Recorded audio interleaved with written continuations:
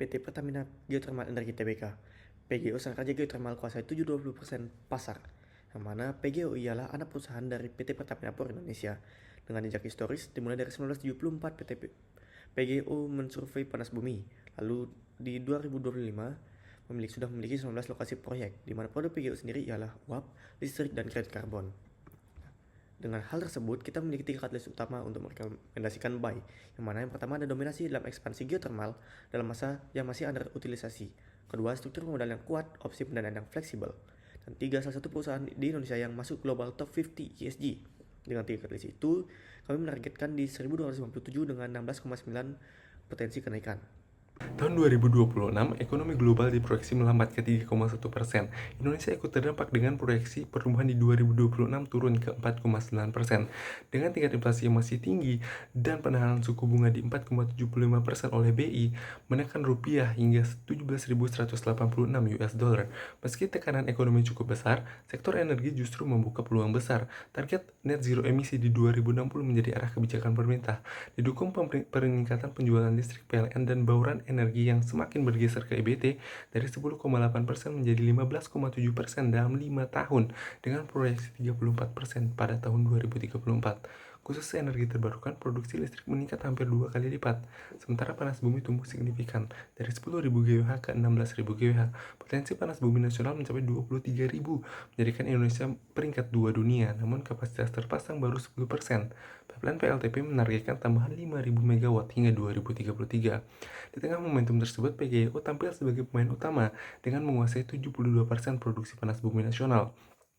Dengan kapasitas terpasang 1.900 MW dan target tambahan lebih dari 1 GW dalam 2-3 tahun ke depan. Dengan skema pembayaran berbasis take or pay, dilindungi mekanisme eskalasi tarif, mengikuti PPI dan juga CPIAS, sehingga pendapatan lebih konsisten. PGO juga melakukan inovasi seperti Flow to Max dan juga Green Hydrogen, menjadikan PGO sebagai pionir energi bersih di Indonesia. Selanjutnya diimplementasi ESG, di mana kinerja PGO ditunjukkan dari komitmen kuat perusahaan dalam menerapkan prinsip keberlanjutannya, di mana PGO memiliki ESG risk rating yaitu 7,64 yang diambil dari Sustainalytics Morningstar Company, di mana dengan hal itu PGO masuk ke top 50 ESG global. Pegio punya revenue yang relatif stabil karena ditopang kontrak jangka panjang dengan PLN Group. Growth ke depan tidak hanya datang dari kenaikan tarif, tapi juga ekspansi kapasitas. Karena potensi geothermal Indonesia baru dimanfaatkan sekitar 10%, jadi volume produksi menjadi driver utama pertumbuhan jangka panjang.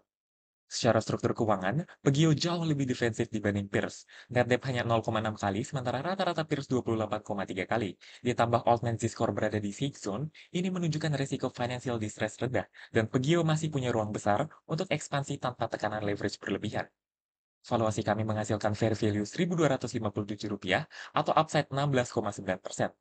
Bobot terbesar kami berikan pada DCF karena bisnis Pegio berbasis cash flow jangka panjang, relative valuation tetap digunakan sebagai cross-check, dan hasilnya menunjukkan PE dan EV/EBITDA Pegio lebih tinggi dari median peers. Monte Carlo menunjukkan peluang Pegio naik lebih dari 10%, itu sebesar 62,5%, sementara resiko turun lebih dari 10%, hanya 3,2%. Ini diperkuat DuPont Analysis di mana margin, likuiditas, dan leverage masih berada di level sehat, sehingga downside risk secara fundamental relatif terbatas. Dalam bull case, harga berpotensi naik ke Rp1.578 didorong kenaikan tarif, volume, dan efisiensi modal kerja. Sebaliknya, bear case berada di Rp800 saat tarif dan volume melemah serta piutang memburuk. Namun, downside ini relatif terbatas karena struktur keuangan Pegeo dengan leverage rendah dan Altman Score berada di zona aman sehingga risiko kebangkrutan sangat kecil. Artinya secara risk-reward, Pegeo sudah cukup terdiskon di harga saat ini dan tetap menarik untuk dibeli. Selanjutnya investment risk, di mana kita menggunakan hit risk PGO untuk menilai dari dampak dan juga probabilitasnya, dan juga stress test yang kita ambil dari market risk dengan stress test suku bunga dan kurs, lalu daya saing. Lalu untuk operasional risknya kita menggunakan stress test pola hujan dan juga suhu panas, dan untuk stress test regulasi kita menggunakan regulasi. Sekian PGO Sang Raja Geothermal kuasai 72% pasar. Terima kasih.